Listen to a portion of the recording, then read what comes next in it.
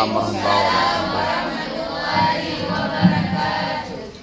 Perkenalkan, nama saya Raisa Kamila dari kelas 31. Di sini saya ingin mempresentasikan terkait hasil resensi yang telah saya buat yang berjudul Awal Masuknya Islam ke Aceh. Nah, buku ini ditulis oleh salah satu dosen FI Unsia yang bernama Dr.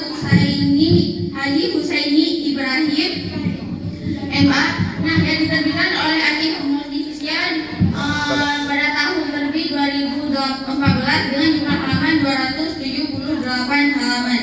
Nah, mengenai alasan kenapa saya tertarik untuk mengambil judul buku ini dikarenakan salah satunya adalah saya juga mencinta buku sejarah. Nah, yang kedua, buku ini tuh kan membahas tentang awal masuknya Islam ke Aceh. Nah, tetapi di sini yang saya tahu terkait awal masuknya Islam ke Aceh ada dua tempat, yaitu Kerajaan Samudra Pasai sama Kerajaan Perlak. Nah, tetapi di buku ini menghadirkan satu tempat lagi, yaitu di Kampung Pande. Nah, dengan itu saya penasaran terkait Kampung Pande itu bagaimana.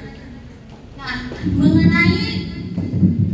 mengenai kedatangan Islam di Sumatera itu kan merupakan sebuah pulau atau daerah yang sangat penting dan menjadi pusat perkembangan agama Islam di Indonesia. Nah, kenapa dikatakan dengan demikian? Karena wilayah Sumatera itu letaknya itu yang sangat strategis yang menghubungkan dua jalur perdagangan dunia yang terletak di tepi Selat Melaka. Nah, dengan itu banyak kapal-kapal yang berasal dari negara asing itu tiba di pelabuhan Aceh dan dari situ tersebarkanlah ajaran agama Islam. Mengenai tentang awal kedatangan Islam di Aceh itu juga tidak terlepas dengan adanya para tokoh-tokoh pengembara dari negara asing. Contohnya yaitu seperti Marco Polo. Nah, Marco Polo ini merupakan salah satu pengembara yang dari penjelajah yang berasal dari Italia. Nah, Marco Polo ini dalam buku catatannya itu dia menjelaskan bahwa pada abad ke-13 dia tiba di Aceh. Nah, dalam perjalanannya itu mengelilingi dunia, dia tiba di beberapa tempat pelabuhan. Salah satunya adalah pelabuhan yang berada di Sumatera. Nah, saat dia tiba di Aceh, dia dia melihat adanya kerajaan Samudra Pasai yang ada di Aceh, dan pada saat itu kerajaan Samudra Pasai dipimpin oleh Sultan Malik As-Saleh. Nah, jadi itu pada abad ke-13. Sedangkan dari para tokoh yang selanjutnya adalah Ibnu Battuta. Nah, Ibnu Battuta ini merupakan seorang musafir yang berasal dari Maroko. Nah, Ibnu Battuta ini niat untuk pergi ke Aceh, ingin mengetahui lebih dalam terkait dengan kerajaan Samudra Pasai. Nah, itu dalam buku catatan atau laporannya itu pada abad ke-14. Nah, saat itu Ibnu Battuta melihat adanya pusat perkembangan agama Islam yang ada di kerajaan Samudra Pasai. Bahkan mazhab yang dianut oleh saat itu adalah mazhab Imam Syafi'i. Nah, dari sini kita dapat menyimpulkan bahwa dari kedua penjelajah tersebut adanya pusat perkembangan agama Islam itu sudah ada sebelum abad ke-13. Karena kan Marco Polo datang ke Aceh itu pada abad ke-13, itu sudah ada Islam. Nah, sedangkan Ibnu Battuta datang ke Aceh itu pada abad ke-14. Jadi otomatis awal masuknya Islam ke Aceh itu sebelum abad ke-13.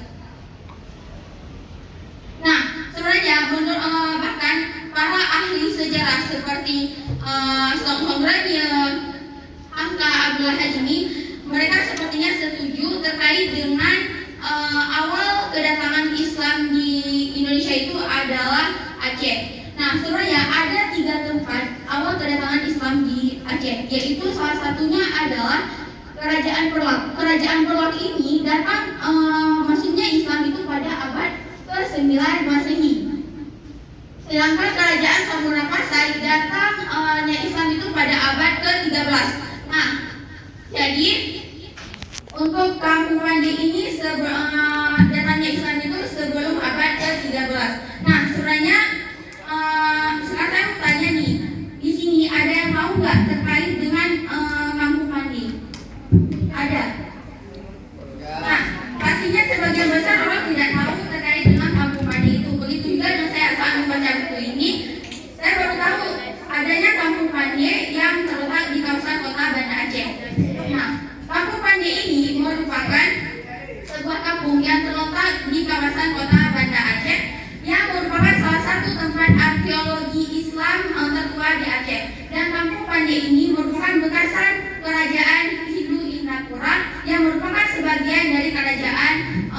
kategori labunik, sehingga di daerah tersebut banyak para teknokrat itu adalah banyak para ahli besi, ahli batu. Nah, karena di daerah situ, di daerah Kampung Pade itu adanya industri pembuatan batu nisan. Nah, makanya adanya para ahli-ahli tersebut.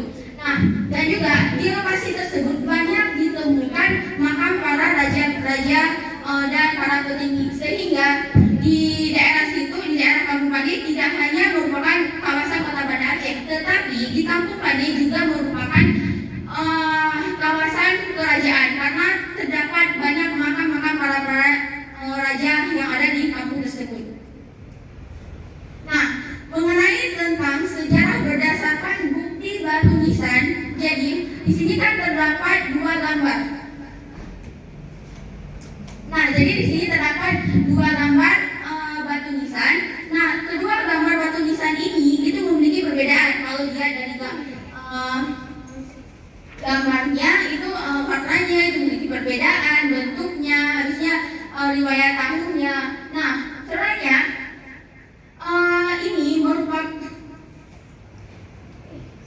ini merupakan batu nisan yang berasal dari kerajaan Samurapasai. Nah, batu nisan ini itu merupakan makam dari Sultan Malik As-Saleh, yang dimana makam Sultan Malik As-Saleh ini memiliki riwayat tahunnya, yaitu meninggalnya Sultan Malik As-Saleh itu pada tahun 1297 pada abad ke-13. Sedangkan perbedaan antara batu nisan yang ada di Kampung Pade itu dilihat dari bentuknya yang bentuknya itu runcing di bagian atasnya yang merupakan ciri khas Aceh, dan batu nisan ini diduga merupakan batu yang sebelum abad ke-13. Nah, dengan itu berarti adanya perbedaan riwayat tahunnya, yaitu antara batu nisan yang ada di kerajaan Samurapasai dengan Kampung Pade, berarti itu jelas memperlihatkan bahwa tahun yang ada di batu nisan yang ada di Kampung Pade itu lebih awal dibandingkan dengan kerajaan Samurapasai. Nah, di sini penulis yaitu Dr. Husaini Ibrahim ini melakukan penelitian, yaitu di antara kawasan Kota Banda Aceh.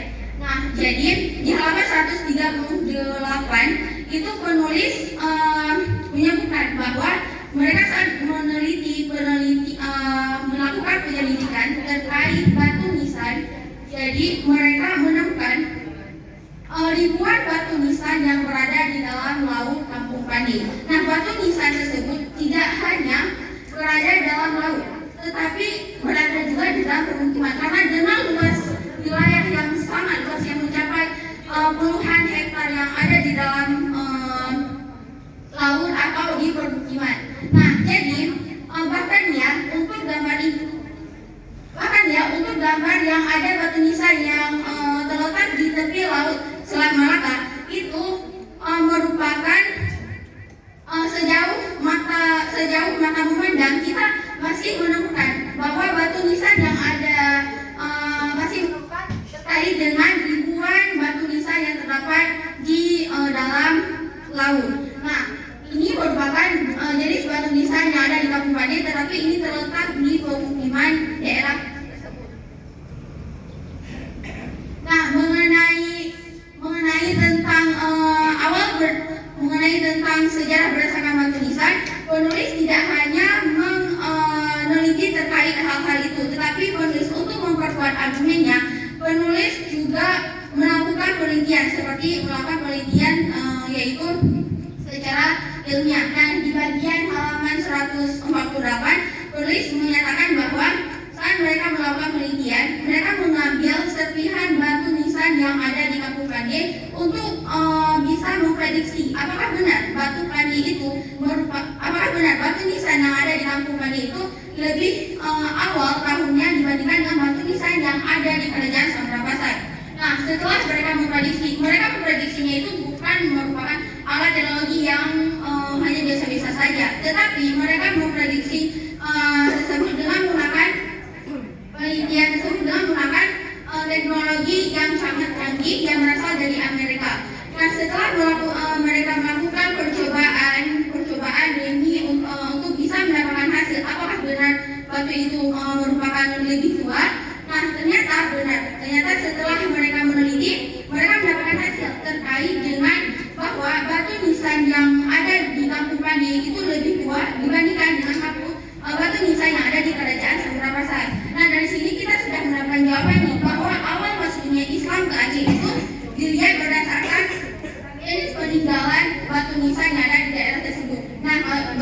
batu nisan yang ada di kerajaan Samudra Pasai itu pada abad ke-13 dan juga pada abad ke-13, dan sedangkan batu nisan yang ada di kerajaan Pandi, di Kampung Pandi itu sebelum abad ke-9. Dengan itu sudah terjawab bahwa awal masuknya Islam ke Aceh itu adalah di Kampung Pandi. Nah, mengenai tentang kelebihan dan kekurangan, buku ini juga memiliki kelebihannya. Kelebihannya itu adalah penulis ini melakukan penelitian yang sangat mendalam terkait sejarah awal masuknya Islam ke Aceh. Jadi mereka menemukan sumber-sumber dari berbagai percobaan penelitian yang mereka dapatkan. Jadi berbeda dengan buku-buku yang lain yang hanya mungkin dari wawancara, dari sejarah, dan buku ini berbeda dari buku yang lain. Nah, untuk kekurangannya, buku ini itu tidak menjelaskan bagaimana penulis melakukan sedikit observasi terkait mereka mengetahui tentang batu nisan yang itu yang menemukan yang tadi saya bilang, yaitu mereka penulis melakukan penelitian dengan menggunakan teknologi yang canggih, tapi di sini mereka tidak menjelaskan. Nah, jadi kan bagi pembaca itu penasaran, kok bisa sih mereka menyimpulkan bahwa batu nisan yang ada di Kampung Pandi itu lebih awal dibandingkan dengan daerah yang lain. Nah, jadi untuk rekomendasi buku ini itu sangat cocok bagi siapa saja, termasuk yaitu bagi anak-anak muda yang ada di Aceh, karena dengan itu mereka tidak bisa tahu tentang terkait awal masuknya Islam ke Aceh, dan juga dengan itu mereka dapat mengingat sejarah dan juga tidak menghilangkan terkait dengan prasejarah yang ada di Aceh. Nah, mengenai saran, sebaiknya penulis menggunakan bahasa yang mudah dimengerti dan menggunakan cover yang menarik perhatian, karena kalau misalnya kita lihat di buku itu kan judulnya yaitu awal masuknya Islam ke Aceh. Jadi bagi kita nih yang udah belajar di sekolah, kita kayak gak tertarik karena itu kan buku awal masuknya Islam ke Aceh. Jadi kita udah belajar bahwa buku itu awal masuknya Islam ke Aceh yang kita belajar itu adalah di kerajaan Samudra Pasai. Nah, tetapi di buku ini itu berbeda karena ada beberapa teori yang terbantahkan. Nah, dengan itu buku ini adalah salah satu buku utama yang dengan beraninya mengatakan bahwa awal masuknya Islam ke Aceh itu adalah di Kampung Pandi. Nah, mengenai tentang kesimpulan, buku ini dapat disimpulkan bahwa teori yang selama ini menyatakan awal masuknya Islam atau kerajaan Islam ketua di Aceh dan Nusantara itu adalah kerajaan Pelajar Samudra Pasai itu ini menjadi terbantahkan. Dikatakan berdasarkan hasil penelitian arkeologi terbaru yang diungkapkan dalam buku ini membuktikan Islam paling awal berkembang di Aceh itu adalah di Kampung Pandi yang terletak di Banda Aceh. Nah, mungkin hanya sekian presentasi